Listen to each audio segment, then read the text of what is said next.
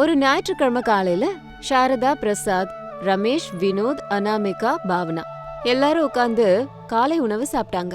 அப்ப பிரசாத் மனசுல நினைச்சிட்டு இருந்ததை வெளியே சொன்னாரு. அம்மா மருமகள்களே, இன்னைக்கு மத்தியானம் ஏதாவது ஸ்பெஷலா சமைக்கிறீங்களாமா? ருசியா சாப்பிட்டு ரொம்ப நாள் ஆகுது. நாக்கு புது ருசிய தேடுதுமா. மாமா, என்ன பண்றதுன்னு கூட சொன்னீங்கன்னா நானும் தங்கச்சியும் செஞ்சு தருவோம். என்னடி சொல்ற? நீ சொன்னதுக்கு அப்புறம் மறு பேச்சு ஏதுக்கா? சொல்லுங்க மாமா, மதியானம் என்ன சமைக்கிறது? ரொம்ப நாளா எனக்கு கொள்ளு சாறு பிரியாணி சாப்பிடணும் போல இருக்கு. அது செஞ்சு தரியா அனாமிகா? வாய திறந்து மாமா கேட்டாருங்கறதால இந்த வாரம் மாமாக்கு பிடிச்ச ஸ்பெஷல் சாப்பாட செய்யறோம். அடுத்த ஞாயிற்றுக்கிழமை உங்களுக்கு பிடிச்சத செய்யறேன். ஓகேங்களா? ரமேஷ் அதுக்கப்புறம் எதுவுமே பேசல, மௌனமா உட்கார்ந்திருந்தான்.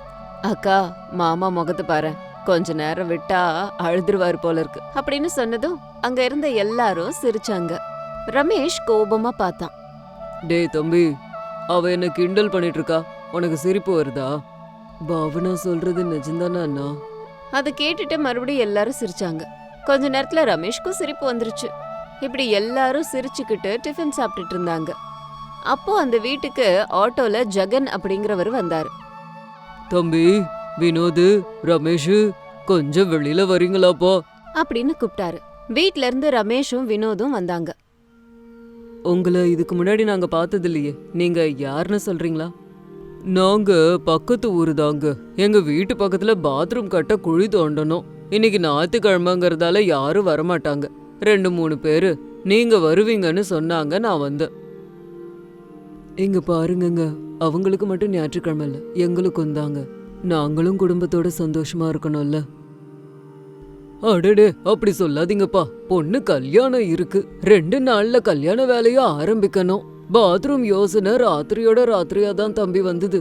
அதான் உங்க 2 பேரையும் இந்த கெஞ்சி கெஞ்சறேன். இல்ல முடியாதுங்க, நாங்க வரல அப்படின்னு ரமேஷ் சொன்னான். ஜெகன் கவலையோட அந்த இடத்த விட்டு போனாரு. அது எல்லாத்தையும் அனாமிகா ஜன்னல்ல இருந்து கேட்டுக்கிட்டு இருந்தா. ரமேஷும் வினோதும் வீட்டுக்குள்ள வந்ததும் அனாமிகா வெளியில வந்து சோகமா போய்கிட்டு இருந்த ஜெகனை தடுத்து நிறுத்தினா. யாருமா நீங்க? இங்க பாருங்க, அந்த குழி தோன்ற வேலைக்கு நானும் என் தங்கச்சியும் வரோம். அந்த கூலி பணத்தை எனக்கு தரீங்களா? ஐயோ, பொம்பளை பிள்ளைங்கள வேலை வாங்கறதா? வேண்டாமா, மாப்பிள்ளை வீட்டுக்காரங்களுக்கு நானே ஏதாவது சொல்லிக்கிறேன். அப்படி சொல்லாதீங்க அண்ணா, நானே என் தங்கச்சியும் சேர்ந்து குழிய தோன்றோம். அதுக்கு எவ்வளவு கூலி ஆகுமோ அதை எங்க கிட்ட கொடுத்துருங்க. ஜெகன் கொஞ்ச நேரம் யோசிச்சு பார்த்தாரு. வேற எதுவும் யோசிக்காதீங்க அண்ணா, நானே என் தங்கச்சியும் சேர்ந்து பாத்ரூம்காக குழி தோன்றோம். அட்ரஸ் எங்கன்னு சொல்லிட்டு போங்க, வீட்டு வேலையை முடிச்சிட்டு வர்றோம். ஜெகன் சந்தோஷப்பட்டு கொஞ்சம் பணத்தை முன்பணமா கொடுத்தாரு. வேலை முடிஞ்சதுக்கு அப்புறமா மொத்தமா தரமா? சரிங்க அண்ணா அப்படின்னு அனாமிகா சொன்னதும் ஜெகன் அங்க இருந்து போயிட்டாரு. இந்த பணத்தை அத்தை கிட்ட கொடுத்துட்டு நானும் பாவனாவை வேலைக்கு போனோம் அப்படின்னு மனசுக்குள்ளாரே நினைச்சுக்கிட்டு வீட்டுக்கு வந்தா. வாசல்ல பாவனா மட்டும் நின்னுக்கிட்டு இருந்தா. பாவனா, இங்க ஏன் நின்னுட்டு இருக்க? உள்ள வா, சமைக்கிற வேலை இருக்குல்ல. அந்த அண்ணா கிட்ட நீ என்ன பேசிக்கிட்டு இருந்தக்கா? அனாமிகா நடந்தத பாவனா கிட்ட சொன்னா. பாவனா சந்தோஷப்பட்டா. வேலைக்கு ஒத்துக்கிட்டு நல்ல வேலை செஞ்சக்கா. வீட்ல அத்தைய தவிர யாரும் இல்ல. கொண்டு வந்த பணத்தை அத்தை கிட்ட கொடுத்துட்டு நம்ம 2 பேரும் வேலைக்கு போலாம், சரியா? சரிடி அப்படின்னு 2 பேரும் உள்ள வந்தாங்க. சாரதா கிட்ட பணத்தை கொடுத்துட்டு அதுக்கப்புறமா வேலைக்கு போனாங்க. அப்படியே நேரம் போய்கிட்டே இருந்துச்சு. ராத்திரி மணி 8 ஆச்சு. மருமகள்கள் 2 பேரும் மாமனார் மாமியாருக்கு சாப்பாடு போட்டாங்க. அம்மா, பசங்க எங்க போனானுங்க? உங்க பெரிய பையனுக்கு இப்ப செஞ்ச குழம்பு பிடிக்கலையா அத்தை? சாப்பாடு வேணாம், ஒண்ணும் வேணான்னு வெளியில போய் உட்கார்ந்துட்டு இருக்காரு. ஏமா சின்ன மருமகளே, சின்னவன் என்ன சொல்றான்? அண்ணன் சாப்பிட்டாதான் நானும் சாப்பிடுவேன், இல்ல நானும் சாப்பிட மாட்டேன்னு சொல்லி அவரும் ரூம்ல உட்கார்ந்துட்டு இருக்காரு. சரியா போச்சு, நல்ல அண்ணன் தம்பிங்க தான். அம்மா அனாமிகா, இங்க பாவனா பாத்துக்குவா, நீ ரமேஷ் கிட்ட பேசி அவனை கூட்டிக்கிட்டு வா, போமா. ஆமாமா, எங்களுக்கு பாவனா போட்டுக்குவா, நீ பையனை போய் கூட்டிக்கிட்டு வாமா. சரிங்க அத்தை அப்படின்னு அனாமிகா வெளியில உட்கார்ந்திருந்த ரமேஷ் கிட்ட வந்தா.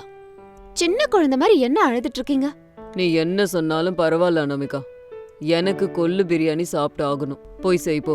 இப்பவே கொள்ளு சாறு பிரியாணியை எப்படிங்க செய்யறது? வீட்ல கொள்ளும் இல்ல, பிரியாணி அரிசியும் இல்ல, மளிகை பொருள் எதுவுமே இல்லைங்க. 10 அடி எடுத்து வச்சா மளிகை கடை வரப்போகுது. தேவையான மளிகை பொருளை வாங்கிட்டு வந்து செய்யறது. நான் தான் காலையிலே சொன்னேன்ல எனக்கு கொள்ளு பிரியாணி வேணும்னு. என்னங்க நீங்க, உங்க ஊர்ல அது ஃபேமஸ், இந்த ஊர்ல யாரும் சாப்பிட மாட்டாங்க, இப்படி அடம் பிடிக்கிறீங்களே. அந்த பிரியாணியை எப்படி செய்யறதுன்னு கூட எனக்கு தெரியாது. யூடியூப்ல ஏராளமான வீடியோங்க இருக்கு. மளிகை கடைக்கு போய் பொருளை வாங்கிட்டு வந்து செய்யறதுல என்ன குறைன்ற. யூடியூப் ஓகே, மளிகை கடைக்கு 3000 ரூபாய் கொடுக்கணும், அந்த விஷயத்த மறந்து போயிட்டீங்களா? ரமேஷ் வாயில இருந்து வார்த்தையே வரல. நீங்க சொன்ன மாதிரி மளிகை கடைக்கு போய் தேவையான பொருளை வாங்க போனா பழைய பாக்கி 3000 ரூபாய் வையுங்கிறான். அதை கொடுத்தா தானே வாங்க முடியும், அது இல்லாம பொருள் தர மாட்டாராம். அப்படி சொன்னதுக்கு அப்புறமா நான் என்னங்க பேசுறது அவர்கிட்ட? சரி பரவாயில்ல விடு, நாளைக்கு பணம் வரும், அந்த பணத்தை வச்சு மளிகை பொருள் வாங்கிக்கலாம். சரி சாப்பாடு வைப்போ. அனாமிகா சந்தோஷப்பட்டா. 2 பேரும் உள்ள வந்தாங்க. மாமா, நீங்க கூப்பிட்டாதான் உங்க தம்பி வருவாரு, கொஞ்சம் கூப்பிடுங்களேன். வினோத், டேய் சாப்பிடலாம் வாடா அப்படின்னு கூப்பிட்ட உடனேயே வினோத் ரூம்ல இருந்து சாப்பிடுறதுக்கு வந்தான். 2 பேரும் உட்கார்ந்தாங்க. அனாமிகாவும் பாவனாவும் சாப்பாடு போட்டாங்க. அன்னைக்கு அப்படியே போச்சு. மறுநாள் காலையில, அனாமிகா, நானும் தம்பியும் வேலைக்கு போறோம். சாப்பாடு டப்பா எங்க? சாப்பாடு இன்னும் முடியலங்க, நீங்க வேலைக்கு போங்க, மத்தியானம் சாப்பிடறதுக்கு வாங்க, அப்போ உங்களுக்கு ஏதாவது செஞ்சு தரேன். ரமேஷும் வினோதும் வேலைக்கு போனாங்க. சாரதா அனாமிகா கிட்ட வந்தாங்க. ஏண்டிமா, அந்த யூடியூப் பார்த்து கத்துக்கிட்டிய, உழவச்சாறு பிரியாணின்னு அந்த கொள்ளு பிரியாணி சொல்ல வேண்டியது தானே? வேணும்னே தான் அத்தை சொல்லல. மத்தியானம் சாப்பிடுறதுக்கு பசியோட வரும்போது அந்த உழவச்சாறு பிரியாணிய பாக்கும்போது சந்தோஷமா சாப்பிட்டு வேலைக்கு போவாருல்ல. நீங்க வீட்லயே இருங்க, நானும் பாவனாவும் மளிகை கடைக்கு போயிட்டு வரோம். சரிம்மா அப்படின்னு சாரதா சொன்னதும் அனாமிகாவும் பாவனாவும் சேர்ந்து பைய எடுத்துட்டு மளிகை கடைக்கு வந்தாங்க. அவர்கிட்ட பேசிட்டு பணத்தையும் கட்டினாங்க. கொள்ளு, வீட்டுக்கு தேவையான மளிகை பொருள் எல்லாம் வாங்கினாங்க. பேசிக்கிட்டே வீட்டுக்கு வந்தாங்க. நாள் அப்படியே போச்சு. அனாமிகா விறகடுப்பை எரிய வச்சு பெரிய பானைய கொண்டு போய் வச்சா. பாவனா உரல்ல மசாலாவை இடிச்சுக்கிட்டு இருந்தா.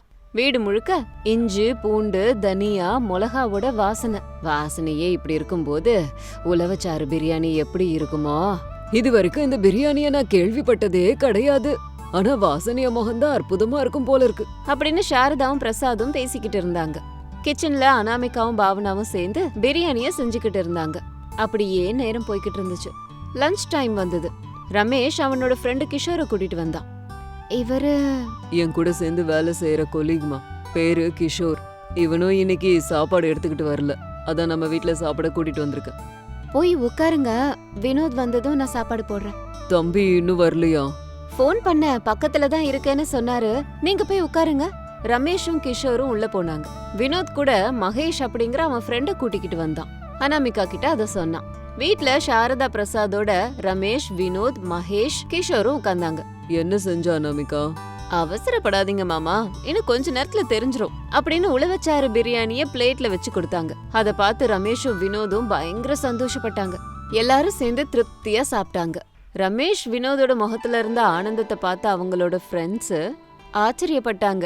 மருமகள்களோட கஷ்டம், அவங்க உழைப்பு வீணா போகல. அவங்களுக்கு தெரியலனாலும் புருஷங்களுக்கு பிடிச்சிருக்குன்னு யூடியூப்ல பார்த்து அவங்களுக்கு உழவச்சாறு பிரியாணி செஞ்சு போட்டாங்க. அவங்க ஃப்ரெண்ட்ஸும் பாராட்டிட்டு போனாங்க. அதுக்கப்புறம் 2 பேரும் உட்கார்ந்து அந்த பிரியாணி எப்படி இருக்குன்னு சாப்பிட்டு பார்த்தாங்க. எல்லாருக்கும் அந்த பிரியாணி பிடிச்சிருந்தது. தன்னோட மகன்களுக்காக புது புது சமையலை செய்யற மருமகள்களை நினைச்சு சந்தோஷப்பட்டாங்க. அன்னைக்கு ராத்திரி ரமேஷும் வினோதும் வீட்டுக்கு வந்ததுக்கு அப்புறம் அனாமிகா பாவனா செஞ்ச வேலைய பத்தி தெரிஞ்சுக்கிட்டாங்க. உன்ன மாதிரி பொண்டாட்டி கிடைக்க நான் புண்ணியம் பண்ணிருக்கணும் அனாமிகா. அப்படிலாம் ஒன்னும் இல்லைங்க, எனக்கு வேணும்னு நீங்க எதுவும் கேட்டதில்ல. புதுசா ஏதோ கேக்குறீங்க, அத நான் வேணான்னு சொல்லலாமா? அதனாலதான் கத்துக்கிட்டு செஞ்சு கொடுத்தேன். உங்களுக்கு சந்தோஷத்தை கொடுக்கறது தானே என் வேலை. ரமேஷும் அனாமிகாவும் அன்பா அணைச்சுக்கிட்டாங்க. இன்னொரு ரூம்ல பாவனாவும் வினோதும் கட்டி அணைச்சுக்கிட்டாங்க. மருமகள்கள் சந்தோஷமா குடும்பத்தை நடத்திக்கிட்டு வாழ்க்கைய நடத்தினாங்க. இது இன்னைக்கு ஸ்டோரி. இதே மாதிரி இன்னொரு ஸ்டோரியோட உங்களை மறுபடியும் மீட் பண்றேன். அது வரைக்கும் பாய் பாய்.